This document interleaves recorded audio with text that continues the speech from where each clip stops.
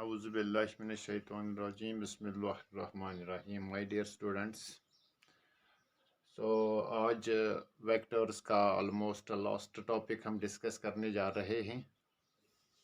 जो additional information है, एक साइन लॉ को हम डिस्कस करेंगे और एक कोसाइन लॉ को डिस्कस करेंगे। बोर्ड का टॉपिक नहीं है, लेकिन कंपटीशन में तो इसके रिलेटेड क्वेश्चंस आ सकते हैं। ठीक है, तो वक्त को ज़ाया ना करते हुए let us start. The topic is, पहला टॉपिक हम डाल देंगे the first one, that is sine law. Sine law, ठीक है। तो साइन लॉ क्या होता है? हम एक ट्रायंगल यहाँ पे बना देंगे। ये कोई सी भी ट्रायंगल हो सकती है, कोई सी भी ट्रायंगल, चाहे ये इक्विलेटरल ट्रायंगल हो, चाहे ये आइसोसेलेस ट्रायंगल हो, चाहे ये स्केलिन ट्रायंगल हो। ठीक है, तो यहाँ पे हम इसका साइड ये लेंगे ए साइड, और इसके अपोजिट में ये याद रखने की बात है, यहाँ पे एंगल ए होगा। ठीक है, ये वाला साइड आपका बी साइड होगा और ये वाला एंगल इसका बी एंगल होगा।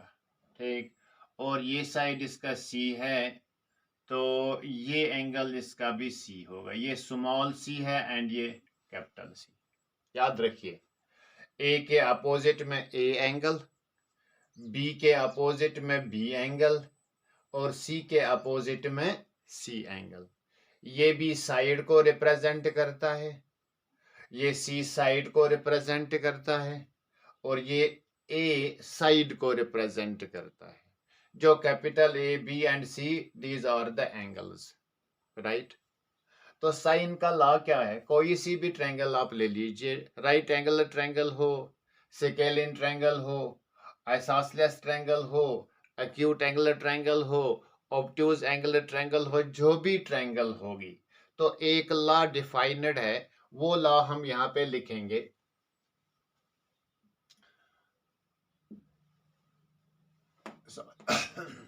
यहाँ पे A divided by sine of A, A divided by sine of A, A divided by sine of A is equal to, देखिए ये ए है और इसके अपोजिट में एंगल कौन सा है? A, capital A.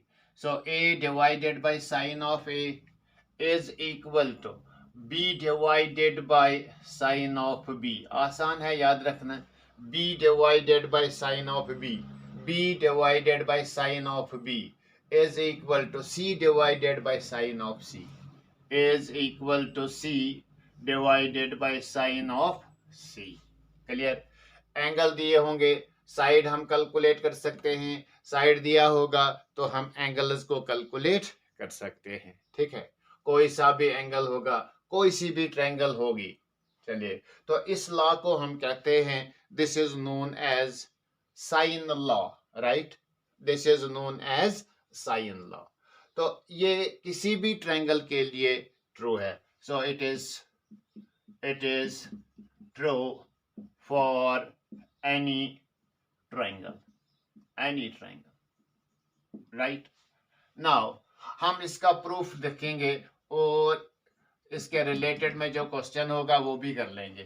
प्रूफ लेंगे हम इसका, सिंपल सा प्रूफ है, लेकिन ये प्रूफ हम वेक्टर्स में कर लेंगे। ठीक है, हमारा टॉपिक जो था, हमारा चैप्टर जो था वो वेक्टर्स था, तो यही लॉ हम वेक्टर्स में भी यूज कर सकते हैं, इसीलिए हम प्रूफ लेंगे इसका वेक्टर्स।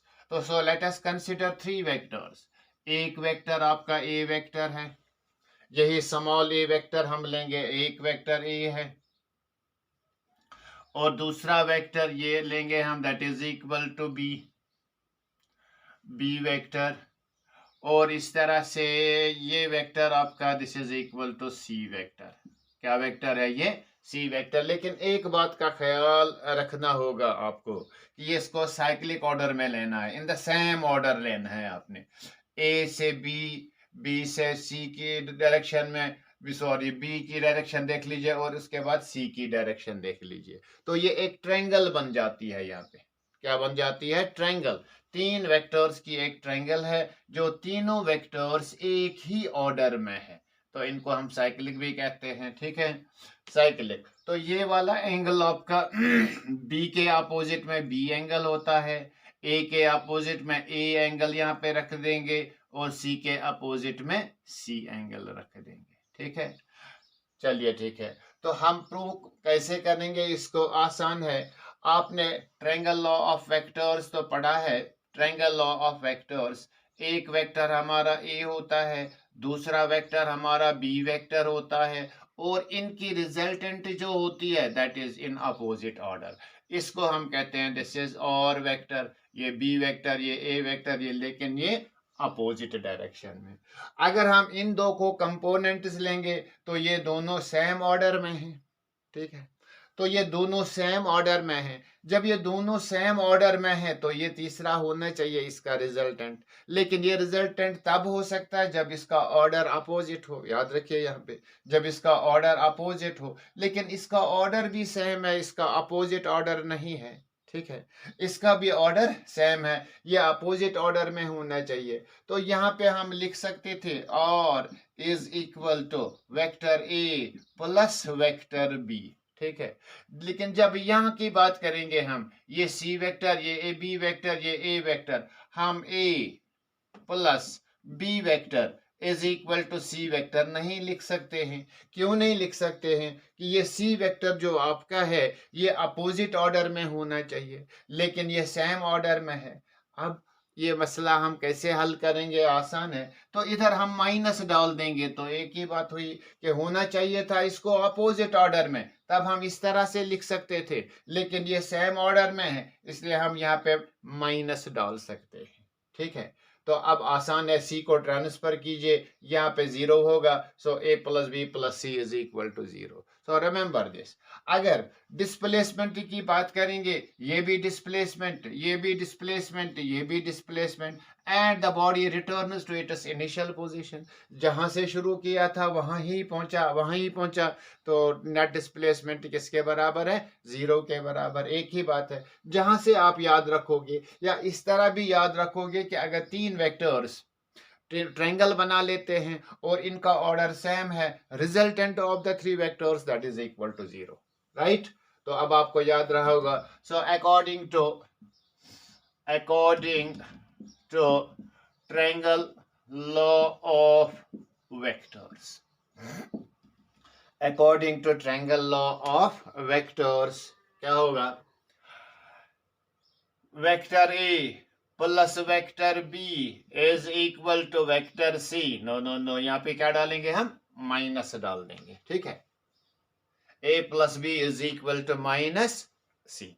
राइट, चलिए ठीक है, सी को ट्रांसफर कीजिए, so A plus B plus C is equal to zero. So sum of the three vectors is equal to zero, sum of the three vectors is equal to 0.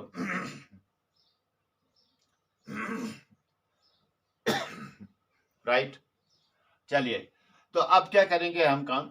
अब ए को हम transfer कर लेंगे। किसको transfer कर लेंगे? ए को ट्रांसफर कर लेंगे। So we will write here B vector plus C vector is equal to minus A vector. ठीक है, B vector plus C vector is equal to minus A vector, B vector plus C vector is equal to minus A vector. अब इनका magnitude हम लेंगे। So magnitude of B vector plus C vector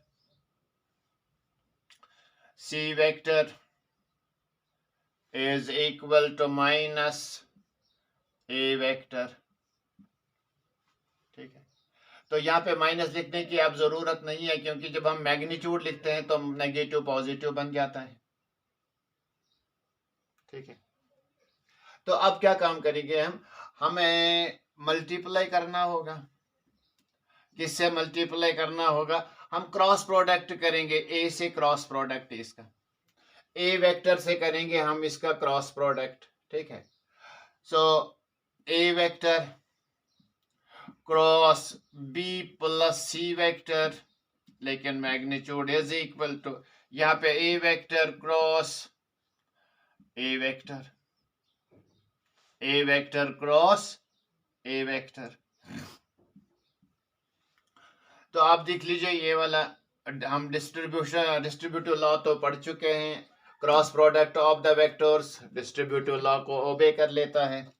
so we can write here A vector cross B vector plus A vector cross C vector is equal to, हाँ इधर देख लीजिए, cross product of A vector with itself that is 0, cross product of A vector with itself that is equal to 0। जब ये 0 होगा तो हम यहाँ पे लिख सकते हैं 0, राइट। तो क्रॉस प्रोडक्ट आप इसको लिखेंगे ऐसे, A vector into B vector is equal to minus A vector into C vector, ठीक है। तो इसका मैग्नीट्यूड आप बताइए, इसका भी मैग्नीट्यूड बताइए। So A vector into B vector, इसका magnitude is equal to minus नहीं, जब मॉड लिखेंगे तो A vector multi cross product C vector, इस तरह से, ठीक है। तो इसका मैग्नीट्यूड किसके बराबर होता है, इसका मैग्नीट्यूड किसके बराबर होता है आप जानते हो, पढ़े हैं आप, शाबाश। किसके बराबर होता है, ध्यान दीजिए। So this is A B sine theta, A B sine theta is equal to A C sign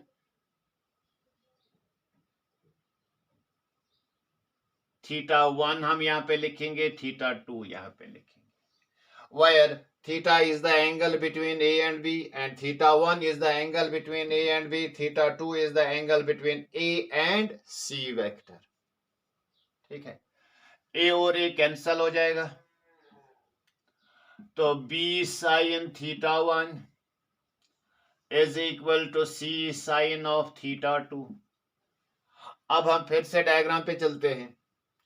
sin theta 1 that is angle between A and B, angle between A and B, यहाँ पे तो C angle लग रहा है, लेकिन C angle इसका answer नहीं है, क्योंकि जब हम दो वेक्टर्स के दरमियान एंगल को देख लेते हैं तो टेल से टेल मिलना चाहिए, मिला होना चाहिए, ठीक है।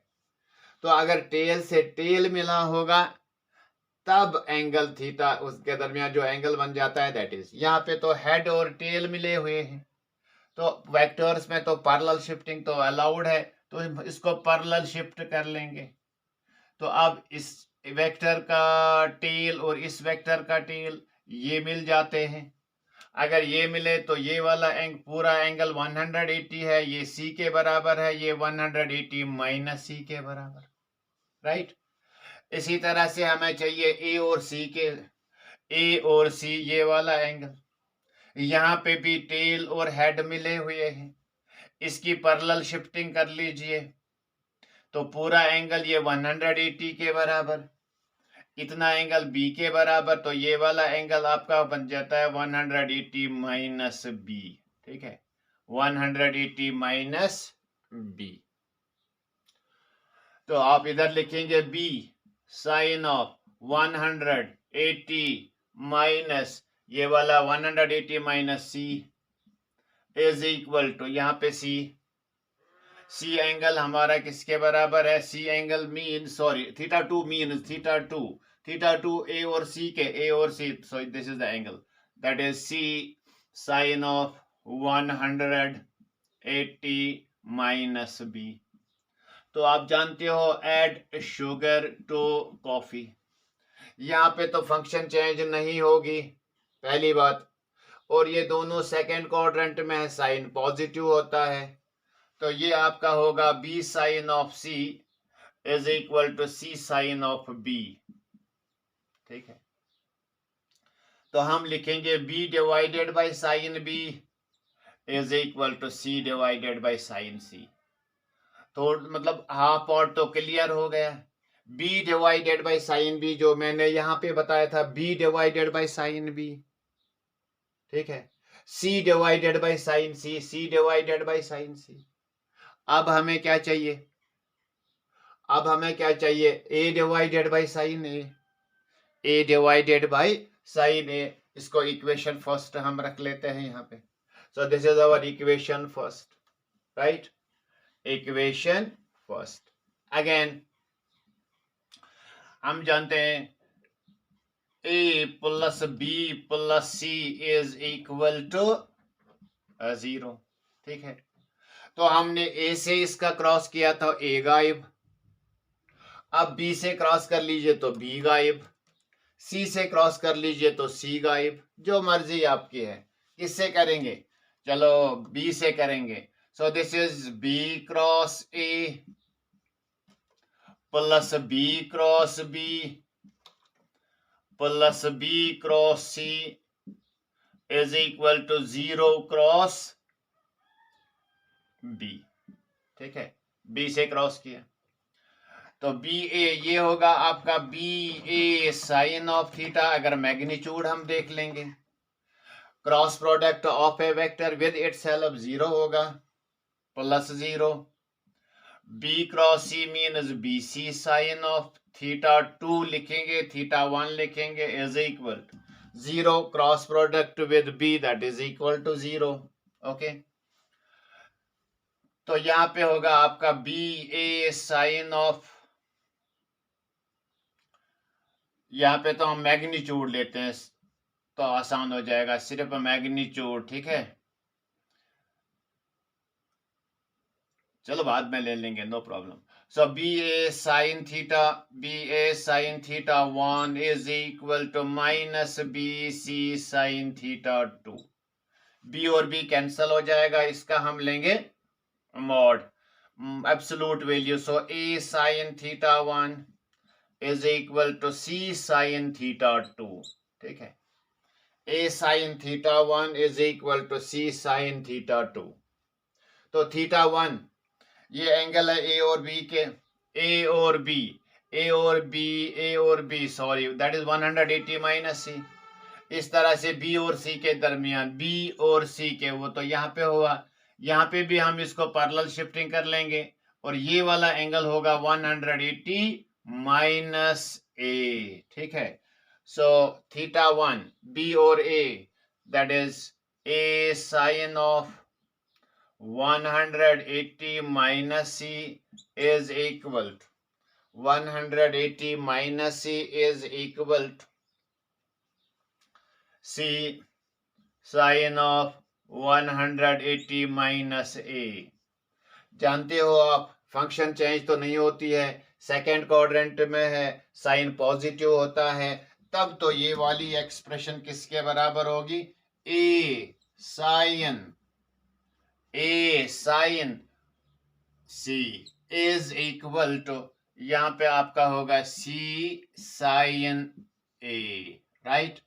अब साइन ए को शिफ्ट कीजिए, that is A divided by sine A is equal to C divided by sine C, ठीक है। तो ये वाली सेकंड इक्वेशन है, दोनों को मिला लीजिए, सी अपॉन साइन सी, सी अपॉन साइन सी, ये इसके भी बराबर है, इसके भी बराबर है, तब तो हम कहेंगे ये तीनों आपस में बराबर है। जब ये तीनों आपस में बराबर है तो हमने प्रूव किया फॉर्मूला को, जिसको हम कहते हैं law of sines or sine law जिसको हम कहते हैं। So A divided by sine A is equal to B divided by sine B is equal to C divided by sine सी।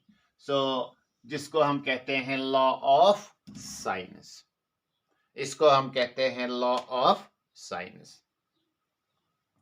इसी के रिलेटेड हम एक क्वेश्चन कर लेते हैं। चलिए, आप समझ गए होंगे, आराम से वीडियो को देख लीजिए, सब बातें समझ आ जाएंगी, ठीक है।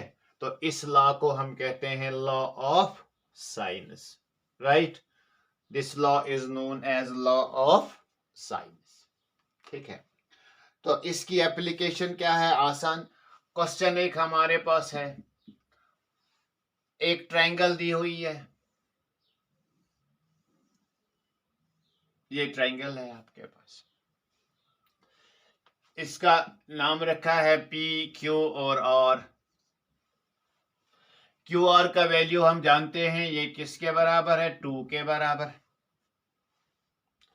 ये वाला एंगल आपका है 105 डिग्री के बराबर, और ये वाला एंगल है 45 के बराबर। तो इसने क्या कहा है, find P Q, find P Q. P Q का वैल्यू किसके बराबर है, what is the value of P Q.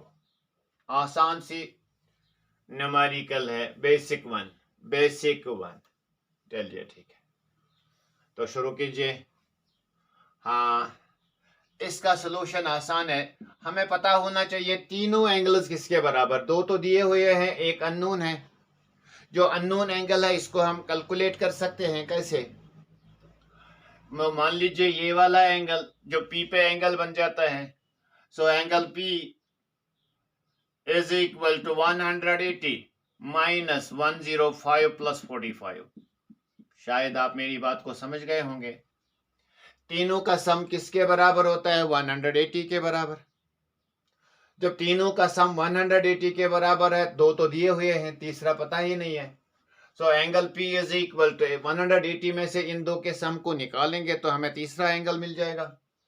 So angle P is equal to 180 minus this, which is equal to 180 minus 150, that is equal to 30 degree. तो आपके पास angle P किसके बराबर है, 30 degree के बराबर।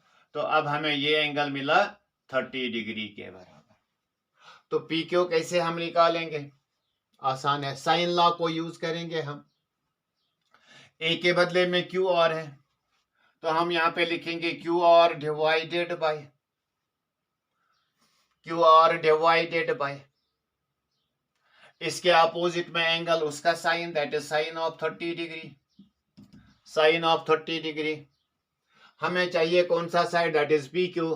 पी क्यू के अपोजिट में कौन सा है, दैट इज 45। तो हम यहां पे लिखेंगे this is P Q divided by sine of 45। ठीक है, सो पी क्यू हमें पता ही नहीं है, which is to be calculated. Sine 45 का वैल्यू है 1 divided by root 2 is equal to Q R का वैल्यू 2 है डिवाइडेड बाय साइन 30, साइन 30 1/2 के बराबर होता है। तो P Q divided by 1 upon root 2 is equal to, ये 2 और 2 4 होगा। ठीक है, so we can write here PQ is equal to 4 multiplied by 1 upon root 2, right? So ये होगा आपका 2 multiplied by 2 divided by root 2, 2 2s are 4। फिर से लिखेंगे तो ये root 2 into root 2 into 2 divided by root 2, एक रूट 2 तो कैंसल हो जाएगा, तब आपका पी क्यू किसके बराबर होगा, that is equal to 2 root 2। ठीक है, तो आसानी से हमने इसके साइड को कैलकुलेट किया, हम इसके एंगल को भी कैलकुलेट कर सकते हैं अगर साइड गिवन होंगे। तो इस तरह से एक ये बेस्ट फार्मूला बन जाती है जो हम ट्रिग्नोमेट्री में भी यूज कर लेते हैं, वेक्टर्स में भी यूज कर लेते हैं। ठीक है, in order to find the sides of the triangle. अगर ये sides of the triangle vectors होंगे, फोर्सेस होंगे, वेलोसिटी वेक्टर्स, मोमेंटम वेक्टर्स, तो हम उनको कैलकुलेट कर सकते हैं। चलिए, तो अब हमारा नेक्स्ट टॉपिक है जिसको हम cosine law or law of कोसाइनस बोलते हैं, cosine law or law of कोसाइनस। ठीक है, नोट किया, चलिए पॉज करके नोट कर सकते हैं। ठीक है, चलो नेक्स्ट टॉपिक पे चलते हैं, नेक्स्ट टॉपिक पे चलते हैं। नेक्स्ट टॉपिक हमारा क्या है, that is cosine law or law of sines, या जिसको हम law of cosines, law of cosines, law of cosines. इसी तरह से एक ट्रायंगल लीजिए, कोई सी भी ट्रायंगल, मर्जी आपकी है, चाहे स्केलियन हो, चाहे इक्विलेटरल हो, चाहे कोई सी भी ट्रायंगल हो, ये लॉ सभी ट्रायंगल्स के लिए वैलिड है, सभी ट्रायंगल्स के लिए वैलिड है। तो यहाँ पे ये वाला साइड आपका ए होगा, ये बी साइड होगा और ये सी साइड। ठीक है, आसान है याद रखने के लिए। ए के अपोजिट में यहाँ पे ए एंगल डाल दीजिए, बी के अपोजिट में बी एंगल डाल दीजिए और सी के अपोजिट में सी एंगल डाल दीजिए। याद रखना आसान है। इसी तरह से इससे पहले भी हमने साइन लॉ किया था। तो कोसाइन लॉ क्या है? कॉस ए किसके बराबर होता है? कॉस बी किसके बराबर होता है? कॉस ऑफ सी किसके बराबर होता है? कॉस बी कॉस सी किसके बराबर? Cos B is equal to cos of C is equal. एक मैं बता दूंगा तो दो आप खुद से लिख लेना या याद रख लेना। पैटर्न क्या है? कॉस ए एंगल ये वाला एंगल है। ये कौन कौन सा साइड इसमें इन्वॉल्वड है? That is B and C. B and C याद रख लीजिए। तो यहाँ पे B square plus C square और इसके अपोजिट में कौन सा साइड है? That is equal to A minus A square. Divide कर लीजिए आप। किससे डिवाइड करेंगे? That is B plus C. पहले दो side B plus C, sorry B plus C नहीं, twice B C, twice B C. फिर से देख लीजिए। कॉस ए हमें निकालना है। कॉस ए किसके बराबर है? B square plus C square minus A square. ये वाला साइड इसका अपोजिट, जो अपोजिट साइड होगा इसका माइनस कर लेंगे। ठीक है, so B square plus C square minus A square, B square plus C square minus A square upon twice B C. ठीक है, तो इसको आप आसानी से आप लिख सकते हो। बी वाला है A C B, A C B, A C B. ठीक है, तो ये होगा आपका A square plus C square minus B square upon twice A C. ठीक है, इसको लिख लीजिए। अब सी को, ए बी है अपोजिट में सी है, so it is a square plus B square minus C square upon twice A B. तो यही है लॉ आपका। इसको हम कोसाइन लॉ बोलते हैं। क्या लॉ बोलते हैं हम इसको? Cosine law. ठीक है, तो इसका भी एक प्रूफ है, हर किसी ट्रायंगल के लिए वैलिड है। तो यहाँ पे भी हम वेक्टर्स को एक वेक्टर ट्रायंगल बना लेंगे। एक वेक्टर आपका ए वेक्टर है, एक वेक्टर आपका बी वेक्टर है, लेकिन हम इनका ऑर्डर सेम लेते हैं। ये साइक्लिक, ठीक है ना। ये सी वेक्टर है, ये वाला एंगल हम लेंगे ए, ये वाला एंगल हम लेंगे सी और ये वाला एंगल बी के अपोजिट में that is equal to B. ठीक, तो इसका प्रूफ हम कैसे लिखेंगे? प्रूफ, चलो पहले हम कॉस ए को निकालते हैं। कॉस ए बाकी आप खुद करेंगे, एक ही मैं बता दूंगा, एक ही, तो बाकी आप खुद करेंगे। कॉस ए को निकालेंगे तो फिर से वही रिलेशन हमारी, A plus B plus C is equal to 0। ठीक है, sum of the three vectors which are in the same order, sum of the three vectors which are in the same order। ठीक है, sum of the vectors which are in the same order। ठीक, उनका सम किसके बराबर होता है? 0 के बराबर होता है। सो यहाँ पे हम करेंगे a plus B vector is equal to minus, नहीं, A B plus C vector, B plus C vector is equal to minus A vector. किसको शिफ्ट किया हमने? ए को शिफ्ट किया। ए निकालना होगा तो ए को शिफ्ट कीजिए, बी निकालना होगा तो बी को शिफ्ट कीजिए, कॉस सी निकालना होगा तो सी को शिफ्ट कर लीजिए। ठीक है, अब हम लेंगे सीधा इसका मैग्नीट्यूड, इसका मैग्नीट्यूड, इसका भी मैग्नीट्यूड। ठीक, तब तो ये B plus C is equal to, ये होगा सीधा ए ऐसे प्लस, राइट राइट। अब इनकी स्क्वायरिंग कर लीजिए, squaring both sides, squaring both sides. तब ये बी प्लस सी का मैग्नीट्यूड और इसका स्क्वायर इज इक्वल टू, ये ए वेक्टर है मैग्नीट्यूड का स्क्वायर। राइट, आगे चलिए। आप जानते हो आर जब होता है ए प्लस बी के बराबर, तो अगर इसका मैग्नीट्यूड लिखेंगे R is equal to under root of A square plus B square plus 2ab cos theta. इसी तरह से यहाँ पे भी होगा। तो अगर हम b प्लस सी का मैग्नीट्यूड लिखेंगे, b प्लस सी का मैग्नीट्यूड, तो ये वाला होगा B square plus C square B square plus C square plus 2 B C cos of theta.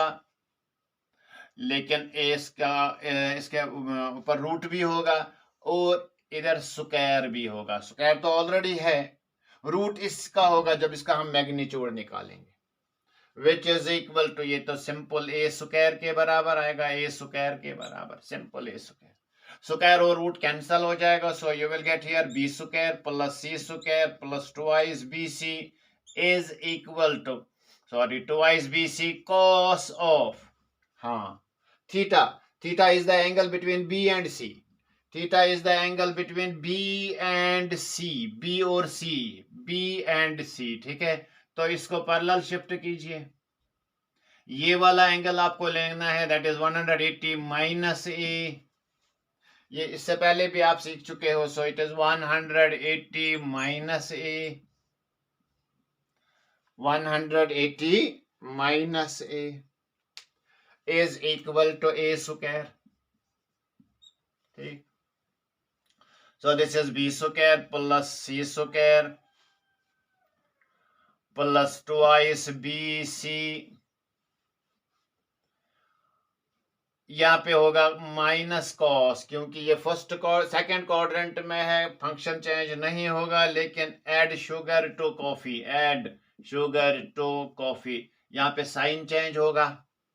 ठीक, यहाँ पे साइन चेंज होगा, कॉस चेंज नहीं होगा, लेकिन साइन यहाँ पे पॉजिटिव होता है, सॉरी यहाँ पे साइन चेंज नहीं होगी, यानी किसकी, कॉस की, साइन की, साइन पॉजिटिव होगा, लेकिन बाकी सब फंक्शंस नेगेटिव होंगे, इसलिए यहाँ पे होगा minus cos of A, minus cos of A is equal to A square, right.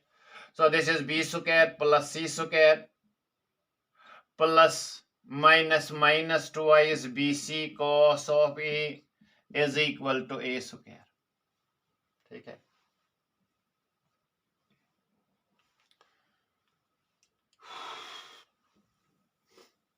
हाँ यहाँ पे लिख लेता हूं मैं इसको, तो B square plus C square minus A square is equal to, इसको मैंने लेफ्ट साइड पे शिफ्ट किया, इसको राइट साइड में शिफ्ट करेंगे, that is 2 cos of A. Cos A को वहीं पे रखिए, 2 को यहाँ लाइए, डिवाइड होगा, so cos of A is equal to B square plus C square minus A square divided by 2 तो इस तरह से हमने कॉस ए को प्रूव किया। आप भी कॉस बी और कॉस सी को प्रूव कर सकते हैं, लेकिन डिफरेंस क्या है, आप लिखेंगे A plus B plus C is equal to 0। A निकालना होगा तो कॉस ए निकालना था, तो ए को हमने शिफ्ट किया। कॉस बी निकालेंगे तो आप किसको शिफ्ट करेंगे, बी को शिफ्ट करेंगे। कॉस सी को निकालना होगा तो सी को शिफ्ट करेंगे, फिर same process, same procedure follow करना होगा। और इधर भी एंगल जब आप देखेंगे तो इसको पैरेलल शिफ्ट कर लेंगे, ये वाला एंगल आपका होगा 180 माइनस सी, इसको भी शिफ्ट कर लेंगे तो ये वाला एंगल आपका होगा 180 माइनस बी। इससे पहले आप सीख चुके हो ये, ठीक है। तो इस तरह से हम कोसाइन लॉ को भी प्रूव कर सकते हैं। किसको प्रूव कर सकते हैं, कोसाइन लॉ को प्रूव कर सकते हैं। तो इसके रिलेटेड भी हम एक क्वेश्चन कर लेते हैं और उसी के साथ अपना लेक्चर कंक्लूड कर लेते हैं, ठीक है। तो एक क्वेश्चन है, एक फिर से एक ट्रायंगल दी हुई है। So there is a triangle जिसमें कुछ साइड्स दिए हैं और कुछ एंगल्स दिए हैं, ठीक। तो यहाँ पे एक ट्रायंगल हमारे पास है, ट्रायंगल का नाम है P Q R, P Q R. ये वाला एंगल 60 डिग्री के बराबर है, ये साइड 5 के बराबर, ये 10 के बराबर, ये x के बराबर। So what you have to find, तो आपको फाइंड करना होगा P R, find P R, find P R, ठीक है। तो आप वीडियो को पॉज करके आप ये बातें नोट कर सकते हो, यहाँ पे रखने की जरूरत इनको नहीं है, ठीक है। So what you have to find P और तो कौन सी फॉर्मूला हम यूज करेंगे, कौन सी formula, that is cosine law. कौन सा लॉ यूज करेंगे, कोसाइन लॉ। तो हम जानते हैं कॉस ऑफ, इसका अननोन है, cos of 60 degree is equal, ये दो साइड्स ये अपोजिट वाला, ये दो साइड्स ये अपोजिट वाला, ठीक है ना। सो यहाँ पे आपका होगा 10 square plus 5 square minus X square divided by 2 multiplied by B का वैल्यू है हमारा, सॉरी यहाँ पे वैल्यू है that is 10 and 5, 10 multiplied by 5। cos 60 का वैल्यू किसके बराबर है, शाबाश, cos 60 1/2 के बराबर होता है। ये 100 होगा, ये 25 होगा, ये minus X square divided by 10, 10 is 100, right. So cross multiplication कीजिए, 100 divided by 2 is equal to 125 minus X square, ठीक है। ये 50 होगा यहाँ पे, is equal to 125 minus X square.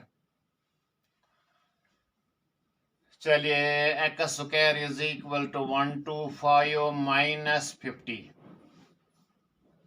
X square is equal to 75, X is equal to square root of 75, x is equal to square root of 75, that is equal to 25 multiplied by 3 square root, और इसका ये होगा 5 root 3। so this is the answer, that is x is equal to 5 root 3। तो x का value क्या मिला यहाँ पे, 5 और रूट 3, ठीक है बेटा। तो ये था वेक्टर्स का last topic, sine law and cosine law, ठीक है। तो अगला यूनिट हम इंशाल्लाह शुरू करेंगे, थोड़ा सा सोच लेंगे उसके बारे में, उसके बाद नेक्स्ट वीडियो नए यूनिट का होगा। और आज का वीडियो हम यहीं पे ख़त्म कर लेते हैं, लेक्चर यहीं पे ख़त्म कर लेते हैं। थैंक यू, खुदा हाफिज़।